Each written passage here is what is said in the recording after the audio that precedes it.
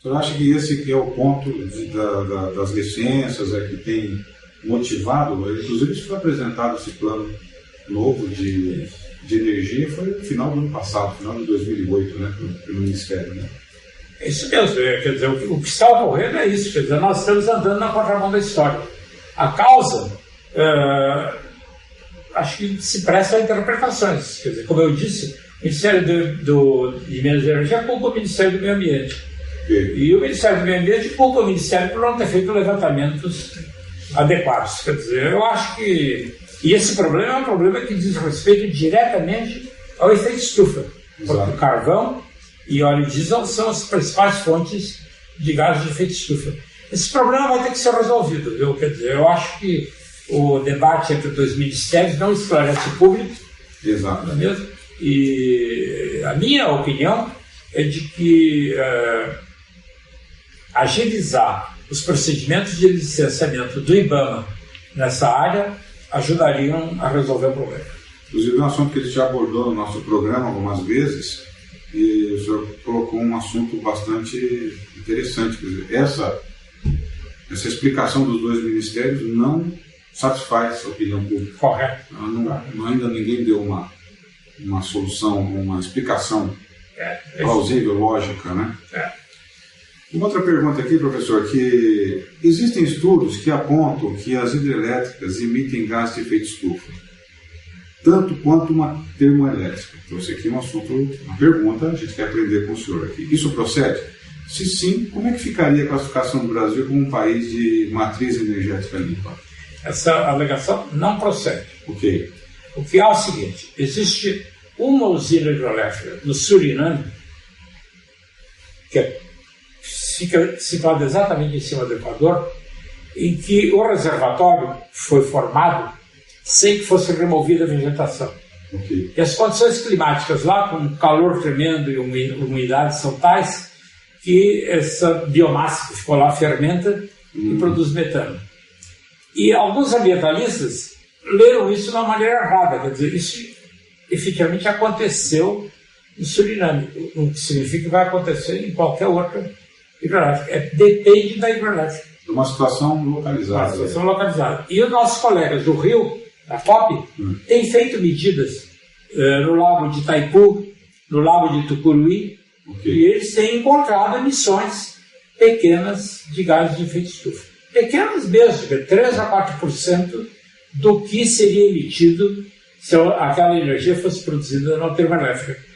Esse é o tipo de coisa que precisa ser enfrentado com firmeza. Quer dizer, às vezes, os ambientalistas, no afã de impedir certos atentados ao meio ambiente, eles exageram. Eu acho essa posição completamente errada. É como o senhor andar na rua direita de São Paulo e começar a gritar toda hora, pega o ladrão. Depois de 3, 4 vezes, ninguém mais vai correr atrás de ladrão.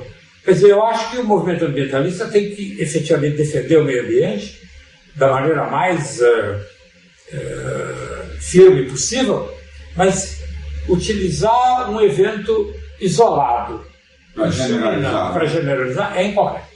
Ótimo, pelo menos aqui fica registrado a posição, a visão correta deste assunto, que o professor Goldenberg é bastante conhecedor deste tema.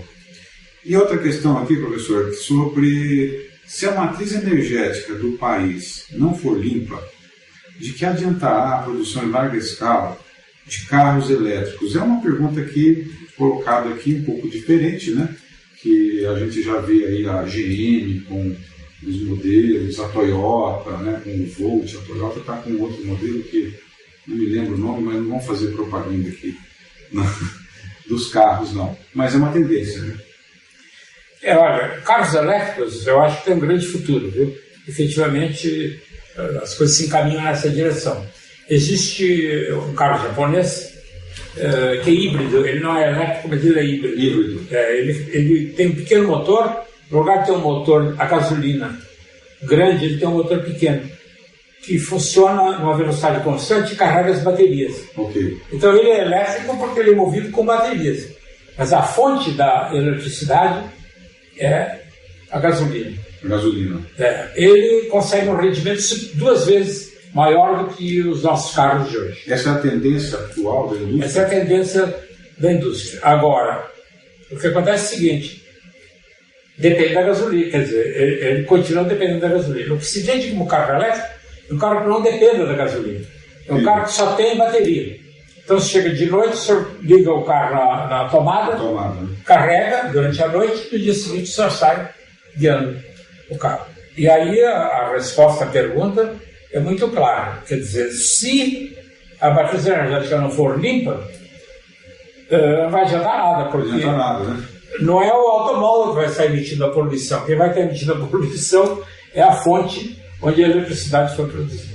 Se estiver queimando carvão para produzir a eletricidade que vai alimentar as baterias, também não adianta nada. Quer dizer, o lugar onde a poluição é produzida é diferente. Só mudou de lugar. Só mudou de lugar. A não ser que a gente tenha o carro híbrido, mas que usa o etanol, né? Aí já melhorou. O que eu acho uma excelente ideia, e eu me surpreendo de ver que essa firma japonesa, cujo nome eu vou citar porque é a única, que é a Toyota, né? Por que a Toyota não fez isso ainda? Pois é verdade. Bom, temos uma outra pergunta aqui que a gente gostaria que o senhor falasse um pouco do conceito criado pelo senhor mesmo. Agora, eu não vou saber pronunciar isso daqui. Technological... Leapfrogging. Leapfrogging. Ok. A tradução literal leapfrogging é o pulo do sapo. Certo. E a ideia é a seguinte, né? É de que os países que são industrializados hoje, como o Japão, a Alemanha, os Estados Unidos, eles se industrializaram no século passado, no século XX, à base de combustíveis fósseis. E, portanto, deixaram um legado grande de poluição. Certo. É por isso que os Estados Unidos são o maior emissor de gases de efeito estufa e durante o século XX foram sempre os maiores emissores de gases de efeito estufa. E o conceito que eu desenvolvi é que um país de desenvolvimento não tem que seguir o mesmo caminho. Por exemplo, aqui no Brasil, nós substituímos com sucesso uma grande parte da gasolina que é usada nos automóveis por etanol, que é um combustível limpo. Ou seja, nós saltamos na frente. Okay. É o pulo do gato. A palavra em inglês significa pulo do sapo. Pulo do sapo. Frog é sapo.